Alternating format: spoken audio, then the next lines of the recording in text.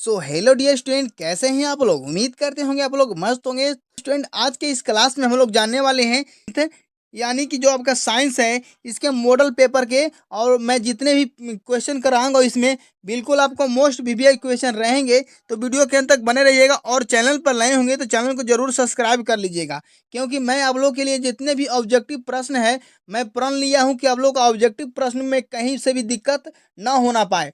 तो वीडियो के अंत तक बने रहिएगा और चैनल को जरूर सब्सक्राइब कर दीजिएगा। तो सबसे पहला जो है प्रश्न कहता है CO2 एक है। CO2 एक है। ऑप्शन देखिए प्यारे साथियों, अम्लीय है कि क्षारीय है कि लवण है कि अनिश्चित है। जल्दी से कमेंट कीजिए प्यारे बच्चों और बताइए कि जो है CO2 क्या है। तो CO2 यहाँ पर हो जाएगा आपका क्षारीय हो जाएगा। ठीक है, CO2 क्या है प्यारे बच्चों, क्षारीय हो जाएगा। यहाँ पर CO2 क्षारीय हो जाएगा। ठीक है ना, यानी कि CO2 जो है एक क्षारीय लवण है। ठीक है ना। चलिए अगला प्रश्न हम लोग देखेंगे। अधातु के ऑक्साइड प्रायः होते हैं। अधातु के ऑक्साइड प्रायः होते हैं। जल्दी से कमेंट कीजिए क्या होते हैं प्यारे साथियों। तो यहाँ पर जो ऑप्शन नंबर आपका दिया हुआ है, क्षारीय होता है कि अम्लीय होता है कि उदासीन होता है कि कोई नहीं। जल्दी से कमेंट कीजिए और बताइए कि अधातु के ऑक्साइड प्रायः होते हैं।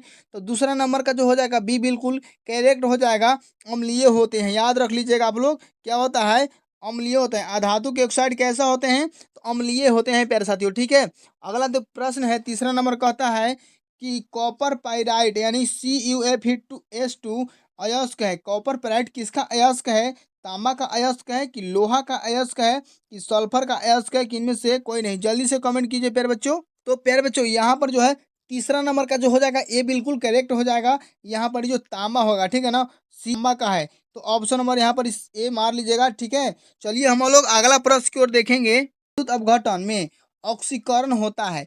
विद्युत अपघटन में ऑक्सीकरण होता है। ऑप्शन नंबर देख लीजिए, एनोड पर ऑक्सीकरण होता है कि कैथोड पर होता है कि कैथोड एवं एनोड दोनों पर होता है कि किसी पर भी नहीं होता है। जल्दी से बताइए प्यारे बच्चों, कमेंट कीजिए और चौथा नंबर को बताइए। तो यहाँ पर चौथा नंबर का कौन हो जाएगा, देखिए चौथा नंबर का जो हो जाएगा ए बिल्कुल राइट हो जाएगा। विद्युत अपघटन में जो होता है ऑक्सीकरण जो होता है एनोड पर होता है। किस पर होता है, एनोड पर होता है। तो ऑप्शन नंबर ए मार लीजिएगा। ठीक है, चलिए अगला प्रश्न जो कहता है पांचवा नंबर कि निम्नलिखित में कौन संतृप्त हाइड्रोकार्बन है। निम्नलिखित में कौन हाइड्रोकार्बन है। ऑप्शन नंबर देख लीजिए प्यारे बच्चों, C6H6 है कि C2H2 है कि C2H4 है कि C4H10 है। कमेंट कीजिए और जल्दी बताइए कि पांचवा नंबर का क्या हो जाएगा। यहाँ पर जो है पांचवा नंबर का डी बिल्कुल करेक्ट हो जाएगा। क्या हो जाएगा, C4H10, C4H10 हो जाएगा। ठीक है, चलिए हीरा एवं ग्रेफाइट है। हीरा एवं ग्रेफाइट क्या है, समावयवी है कि समस्थानिक है कि धातु होता है कि कार्बन के अपरूप होता है। जल्दी से कमेंट कीजिए और बताइए कि हीरा और ग्रेफाइट क्या है। तो यहाँ पर जो हो जाएगा हीरा और ग्रेफाइट जो हो जाएगा छठा का जो है डी बिल्कुल करेक्ट हो जाएगा, कार्बन के अपरूप। हीरा और जो है ग्रेफाइट कार्बन के अपरूप हैं। हाँ, सातवां और प्रश्न कहता है अल्कोहल का समान सूत्र जल्दी है बताइए कौन है। अल्कोहल का समान सूत्र कौन है, CnH2n+OH है कि CnH2n+CHO है कि CnH2n+COOH है कि CnH2n+NH2 है। जल्दी बताइए, कमेंट कीजिए कि अल्कोहल का समान सूत्र क्या होता है प्यारे साथियों। जल्दी बताइए कि अल्कोहल का समान सूत्र क्या होता है। तो अल्कोहल का समान सूत्र क्या होता है, तो ऑप्शन नंबर ए बिल्कुल करेक्ट हो जाएगा, CnH2n+OH होता है। ठीक है, याद रख लीजिएगा CnH2n+OH होता है। ठीक है, अल्कोहल के लास्ट में जो हो OH जुटल रहेगा, आप लोग याद रख लीजिएगा। एल्कोहल जहाँ देखिएगा OH रहेगा तो मार दीजिएगा। ठीक है ना, चलिए अगला कह रहा है कि निम्नलिखित में कौन सहसंयोजक यौगिक है। सहसंयोगिक यौगिक कौन है निम्नलिखित में, जल्दी से कमेंट कीजिए। CH4 है कि NaCl है कि CaCl2 है कि Na2O है। प्यारे साथियों जल्दी कमेंट कीजिए कि कौन सहसंयोगी यौगिक है। जल्दी बताइए। देखिए आठवां का जो हो जाएगा ये बिल्कुल करेक्ट हो जाएगा। क्या हो जाएगा, CH4 यानी मीथेन, इसको हम लोग बोलते हैं प्यारे साथियों। ठीक है, मीथेन बोलते हैं। चलिए आठवां नंबर के बाद हम नौवा है, जल्दी बताइए तो कार्बन क्या है प्यारे बच्चों, जल्दी बता दीजिए। कार्बन को हम लोग क्या बोलते हैं, धातु बोलते हैं कि अधातु बोलते हैं कि उपधातु बोलते हैं कि इनमें से कोई नहीं। जल्दी बताइए कि जो है कार्बन उसको क्या बोलते हैं। तो कार्बन को हम लोग क्या बोलते हैं, अधातु बोलते हैं। क्या बोलते हैं, अधातु। तो ऑप्शन नंबर जो है यहाँ पर बी बिल्कुल करेक्ट हो जाएगा, कार्बन को क्या बोलते हैं, अधातु। बच्चों अब जो है 10वां नंबर प्रश्न कर रहा है किसी वोल्ट मीटर के स्केल पर, किसी वोल्ट मीटर के स्केल पर 0 वोल्ट और 1 वोल्ट के बीच 20 विभाजन चिन्ह है, 20 विभाजन चिन्ह है, तो वोल्ट मीटर का मापांक क्या होगा? वोल्ट मीटर का मापांक क्या होगा? 0 वोल्ट से 1 वोल्ट के बीच 20 को क्या है, वहां पर ही विभाजन चिन्ह यानी कि 20 भाग में उसको बांट दिया गया है, तो उसका जो हो जाएगा मापांक जो हो जाएगा बी बिल्कुल करेक्ट हो जाएगा, 0.05 वोल्ट हो जाएगा। ठीक है, 10वां नंबर का बी बिल्कुल राइट हो जाएगा, 0.05 वोल्ट हो जाएगा। ठीक है, चलिए अगला है, मनुष्य में प्रमुख उत्सर्जी अंग है। मनुष्य में प्रमुख उत्सर्जी अंग है।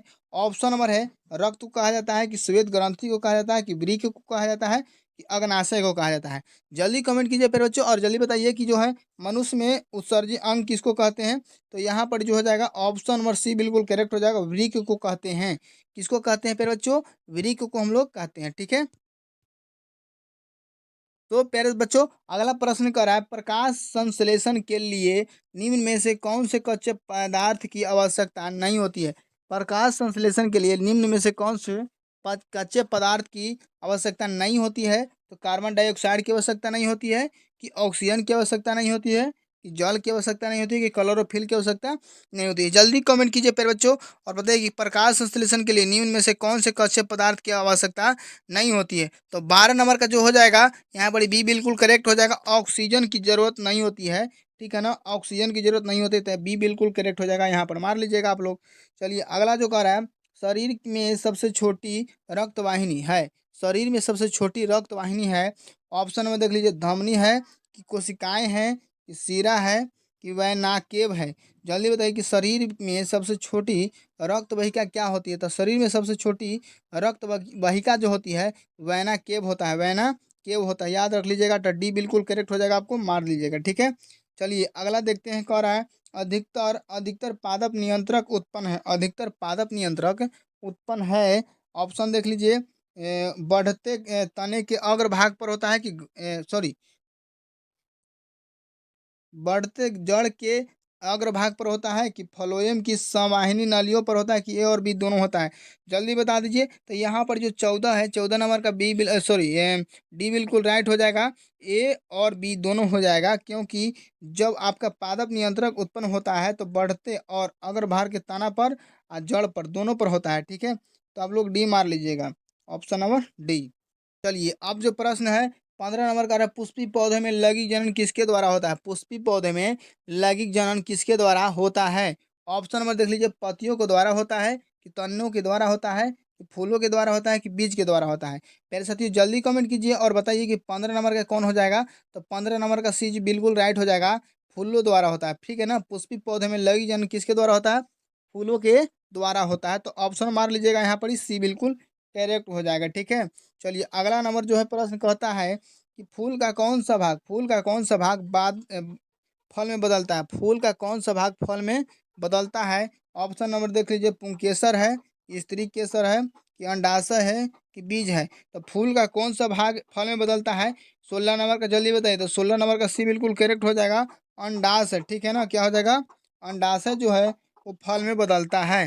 तो साथियों अब जो आपका है, प्रश्न नंबर 17 का रहा है, मानव मादा में निषेचन होता है। भाई बता दीजिए, मानव मादा में कहाँ निषेचन होता है? गर्भाशय में होता है, कि अंडाशय में होता है, कि योनि में होता है, कि फैलोपियन नालिका में होता है? जल्दी बताइए, मानव मादा में निषेचन कहाँ होता है? देखिए, योनि में निषेचन नहीं होता है, यहाँ पर जो हम लोग क्या होता है, फैलोपियन नालिका में होता है। ठीक है ना, तो ऑप्शन नंबर मार लीजिएगा, क्या डी मार लीजिएगा। 17 नंबर का डी बिल्कुल राइट हो जाएगा। चलिए 18 नंबर को देखते हैं, कह रहा है, वर्तमान प्राणियों में कुछ संरचनाएं पाई जाती है। वर्तमान प्राणियों में कुछ संरचनाएं पाई जाती हैं जिसके शरीर में अब तक कोई उपयोग नहीं रहा है। ऐसी संरचना को क्या कहते हैं? तो ऐसी संरचना को हम लोग बोलते हैं अब अवशेषी अंग। क्या बोलते हैं? अवशेषी अंग। 18 नंबर का जो बी बिल्कुल करेक्ट हो जाएगा। ठीक है, तो उम्मीद करते हैं प्रश्न जो है आपका क्लियर हो चुका होगा। तो फिर बच्चों 19 नंबर जो प्रश्न है, कहता है कि कौन सा वैज्ञानिक मेडल के नियमों की पुनः खोज से संबंधित है? कौन सा वैज्ञानिक मेडल के नियमों से पुनः खोज से संबंधित है? ऑप्शन नंबर देख लीजिए, सर्मक है, कि लैमार्क है, कि डार्विन है, कि लिनियस है? जल्दी कमेंट कीजिए और बताइए। तो 19 नंबर का जो हो जाएगा, ए बिल्कुल करेक्ट हो जाएगा, सर्मक है। ठीक है ना, क्या है? सर्मक जो है ओ क्या है, किनके मेडल के नियमों से पुनः खोज से संबंधित है, ठीक है। अगला प्रश्न को हम लोग देखेंगे। तो चलिए यहाँ पर जो है 20 नंबर प्रश्न कर रहा है, जिन शब्द किसने प्रस्तुत किया था, जिन शब्द जो है किसने प्रस्तुत किया था। ऑप्शन नंबर देख लीजिए, जॉनसन किए थे, कि लैमार्क किए थे, कि मेंडल किए थे, कि ग्रिफिथ किए थे। जल्दी बताइए कि जिन शब्द किसने प्रस्तुत किया था। तो 20 नंबर का जो हो जाएगा ए बिल्कुल करेक्ट हो जाएगा। कौन हो जाएगा, जॉनसन, ठीक है ना। जॉनसन जो थे जिन शब्द का क्या किए थे, प्रस्तुत किए थे हम लोग के सामने, ठीक है। अब चलिए 21 नंबर क्या है, कह रहा है CFC क्या है। तो CFC जो क्या होता है, जल्दी बताइए। CFC जो है क्लोरोफ्लोरो कार्बन है, ठीक है ना। CFC क्या है, क्लोरोफ्लोरो कार्बन है। तो ऑप्शन नंबर ए बिल्कुल करेक्ट हो जाएगा, और बाकी सब जो हो जाएगा रॉन्ग हो जाएंगे, ठीक है। चलिए फ्लोरीन कोलीफार्म क्या है प्यारे बच्चों, जल्दी बताइए। कोलीफार्म क्या है। ऑप्शन नंबर दे देते हैं यहाँ पर, वायरस है, जीवाणु है, कि कवक है, कि इनमें से कोई नहीं। जल्दी बताइए। 22 नंबर का बी बिल्कुल करेक्ट हो जाएगा। कोलीफार्म को क्या बोलते हैं हम लोग, जीवाणु बोलते हैं, ठीक है ना। कोलीफार्म को क्या बोलते हैं, जीवाणु। तो ऑप्शन नंबर जो है बी बिल्कुल करेक्ट हो जाएगा। को आंदोलन किस वर्ष प्रारंभ हुआ था, चिपको आंदोलन किस वर्ष प्रारंभ हुआ था। ऑप्शन नंबर देख लीजिए, 1970 ईस्वी में हुआ था, कि 1980 ईस्वी में हुआ था, 1985 में हुआ था, कि 1990 में हुआ था। जल्दी बताइए कि चिपको आंदोलन किस वर्ष प्रारंभ हुआ था। तो यहाँ पर जो हो जाएगा ऑप्शन नंबर ये बिल्कुल करेक्ट हो जाएगा। चिपको आंदोलन जो हुआ था 1970 ईस्वी में हुआ था, ठीक है। चिपको आंदोलन 1970 ईस्वी में हुआ था। अगला प्रश्न, आवर्त सारणी के 18वें समूह में स्थित तत्व कहे जाते हैं। और आवर्त सारणी के 18वें वर्त में जो समूह में स्थित होता है तत्व, उनको क्या कहते हैं हम लोग। तो यहाँ पर ये ऑप्शन देख लीजिए, सक्रिय जो है तत्व कहते हैं, कि निष्क्रिय तत्व कहते हैं, कि अति अभिक्रियाशील तत्व कहते हैं, कि उपधातु कहते हैं। जल्दी बताइए 24 नंबर का कौन हो जाएगा। तो 24 नंबर का यहाँ पर बी बिल्कुल करेक्ट हो जाएगा। निष्क्रिय तत्व उसको हम लोग बोलते हैं, ठीक है। क्या बोलते हैं फिर बच्चों, निष्क्रिय तत्व बोलते हैं, ठीक है। चलिए अगला प्रश्न को देखेंगे। तो अगर आप मोटर गाड़ियों में चालक के सामने लगे दर्पण होते हैं, मोटर गाड़ियों में चालक के सामने लगे दर्पण होते हैं। ऑप्शन नंबर देख लीजिए, समतल दर्पण होता है, कि अवतल दर्पण होता है, कि उत्तल दर्पण होता है, कि इनमें से कोई नहीं। तो 25 नंबर जो है, 25 नंबर का सी बिल्कुल राइट हो जाएगा। मोटर गाड़ियों में चालक के सामने लगे दर्पण को क्या कहते हैं, उत्तल दर्पण कहते हैं, ठीक है। उत्तल दर्पण कहते हैं, तो सी बिल्कुल करेक्ट हो जाएगा। चलिए अगला प्रश्न, चंद्रमा पर खड़े अंतरिक्ष यात्री को आकाश कैसा प्रतीत होता है। चंद्रमा पर जब व्यक्ति खड़ा होकर आकाश की ओर देखता है तो उसको कैसा जो है चंद्रमा आकाश प्रतीत होता है। तो आकाश जो होता है, ऑप्शन देख लीजिए, नीला प्रतीत होता है, कि लाल होता है, कि उजला होता है, कि काला। तो यहाँ पर डी बिल्कुल राइट हो जाएगा, काला प्रतीत होता है, ठीक है। चलिए अगला देखते हैं प्रश्न, निर्देश चिन्ह की चिन्ह परिपाटी के अनुसार, निर्देश चिन्ह परिपाटी के अनुसार अवतल दर्पण तथा उत्तल दर्पण की फोकस दूरियां क्रमशः होती है। अवतल दर्पण तथा उत्तल दर्पण की फोकस दूरियां क्रमशः कितना होता है, ऋणात्मक दोनों होता है, कि ऋणात्मक और धनात्मक दोनों होता है, कि धनात्मक और धनात्मक दोनों होता है, और इनमें से ऋणात्मक और ऋणात्मक दोनों होता है। जल्दी बताइए कि 27 का कौन हो जाएगा। तो 27 का जो है बी बिल्कुल राइट हो जाएगा। ऋणात्मक और धनात्मक दोनों होता है, ठीक है। ऋणात्मक और धनात्मक दोनों होता है। चलिए उम्मीद करते हैं आप लोग को समझ में आ रहे होंगे। तो जल्दी से हम तो चलिए हम अगले प्रश्न की ओर बढ़ते हैं। तो करा स्पेक्ट्रम में किस रंग की किरण का झुकाव अधिक होता है। स्पेक्ट्रम में किस किरण की झुकाव सबसे अधिक होता है। तो आपका ऑप्शन नंबर है, लाल रंग है, पीला रंग है, बैंगनी रंग है, हरा रंग है। तो यहाँ पर ऑप्शन जो हो जाएगा प्यारे बच्चों, ऑप्शन जो हो जाएगा 28 नंबर का सी बिल्कुल करेक्ट हो जाएगा। क्या हो जाएगा, बैंगनी रंग का झुकाव जो होता है सबसे अधिक होता है। 28 नंबर का सी बिल्कुल राइट हो जाएगा। प्रश्न नंबर 29वां करा, मानव नेत्र में के किस भाग पर किसी वस्तु का प्रतिबिंब बनता है। मानव नेत्र के किस भाग पर किसी वस्तु का प्रतिबिंब बनता है। ऑप्शन देख लीजिए, कॉर्निया पर बनता है, कि परितारिका पर बनता है, कि पुतले पर बनता है, कि दृष्टि पटल पर बनता है। जल्दी से कमेंट कीजिए आप लोग कि 29 नंबर का कौन हो जाएगा। तो 29 नंबर जो है यहाँ पर डी बिल्कुल करेक्ट हो जाएगा। दृष्टि पटल क्या हो जाएगा, दृष्टि पटल पर जो यहाँ पर प्रतिबिंब बनता है, ठीक है। चलिए अगला 30वां नंबर कह रहा है कि एक आवेशित वस्तु ए है और दूसरी आवेशित वस्तु बी है, को आकर्षित करता है तो वस्तु बी होगी। अवे एक जो है आवेशित वस्तु ए है और दूसरा जो है बी है। तो जो है कह रहा है कि को आकर्षित करती है तो वस्तु जो है बी कैसन होगा, आवेशित होगा, कि उदासीन होगा, कि उपयुक्त दोनों होगा, कि उपयुक्त इनमें से कोई नहीं होगा। तो 30 नंबर का जो हो जाएगा सी बिल्कुल राइट हो जाएगा, उपयुक्त दोनों होगा, ठीक है ना। आकर्षित कैसे करेगा, जब कोई उदासीन होगा और एगो आपका होगा आवेशित होगा तभी आकर्षित करेगा, नहीं तो ऐसे नहीं करेगा, ठीक है। तो यहाँ पर सी बिल्कुल राइट हो जाएगा, मार लीजिएगा आप लोग। चलिए 31 नंबर कह रहा है, स्वतंत्र धन आवेश विद्युत क्षेत्र में गति करता है। स्वतंत्र धन आवेश विद्युत क्षेत्र में गति करता है। तो यहाँ पर जो ऑप्शन नंबर 31 का जो हो जाएगा प्यारे बच्चों, बी बिल्कुल करेक्ट हो जाएगा। क्या हो जाएगा? निम्न विभव के विद्युत क्षेत्र की ओर, ठीक है ना, निम्न विभव के विद्युत प्रश्न यहाँ पर कि 100 वाट और 220 वोल्ट के विद्युत बल्ब के तंतु का प्रतिरोध क्या होगा? तो 100 वाट या 220 वोल्ट के जो होता है विद्युत बल्ब, उसके तंतु का प्रतिरोध जो होता है 484 ओम होता है। क्या होता है? 484 ओम। तो ऑप्शन नंबर बी बिल्कुल करेक्ट हो जाएगा। तो उम्मीद करते हैं प्यारे बच्चों आप लोग को जो है हमारा जीडी क्लास पसंद आया होगा। तो अगर पसंद आ गया होगा तो चैनल को ज्वाइन जरूर कर लीजिएगा, क्योंकि आप लोग के लिए हमेशा मैं वीवीआई ऑब्जेक्टिव प्रश्नों को करवाता रहता हूँ।